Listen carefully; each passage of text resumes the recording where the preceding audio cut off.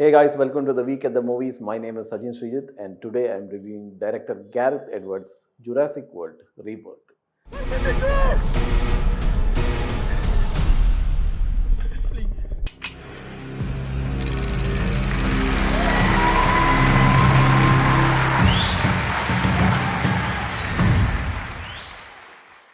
I had given up on the Jurassic franchise when I saw Jurassic World Fallen Kingdom because there was such a strong and offensive decline in quality that it felt like they were beating a dead horse or dinosaur. So I did not bother to see the last one, Dominion, because everything that came before in the Jurassic World series was bland with a phoned in quality to them. So, the only reason a spark of interest was ignited in me to see Jurassic World Rebirth was the fact that this time around they hired director Gareth Edwards, who's known for Rogue One, a Star Wars story, and the creator, to make something fresh. After all, Edwards is a monster movie veteran given that he has made his debut with a low budget creature feature called Monsters and directed the 2014 Godzilla reboot. Some of his films may not have worked on a storytelling level, however, there's no denying that this man has a great visual sense. He has proven himself at handling visual effects seamlessly while conjuring up stunning images with a far lesser budget than some of his contemporaries require. His entire filmography up to this point is a testament to that.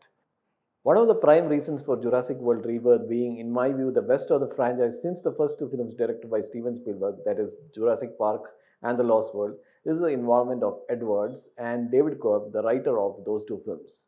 If you ask whether this film brings something new to the franchise in terms of storytelling, I'm going to say no. What it does bring back, though, is the sense of awe, atmosphere, grace, and all the other goodness that we remember the Spielberg films for. Rebirth proves that there is no better filmmaker right now than Edwards to emulate the look of the early films of Spielberg, who is, by the way, an executive producer on this franchise.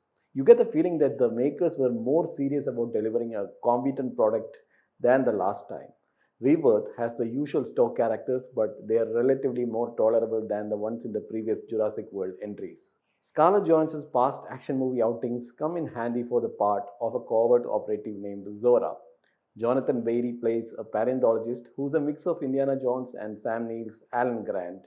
He gets some terrific lines about how man is nothing in front of nature and, of course, dinosaurs. There's also the shady corporate guy played by Rupert Friend that we love to hate, who has much in common with another shady corporate guy from James Cameron's Aliens. His creepy vibes are even mentioned to his face and become part of a running joke in this film.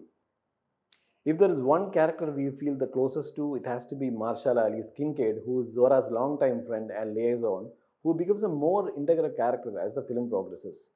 There are more characters joining them later, and that's one of the best things about Rebirth because it splits them into two groups, confronting their respective threats from all kinds of creatures with names ending in "sore" on land and air.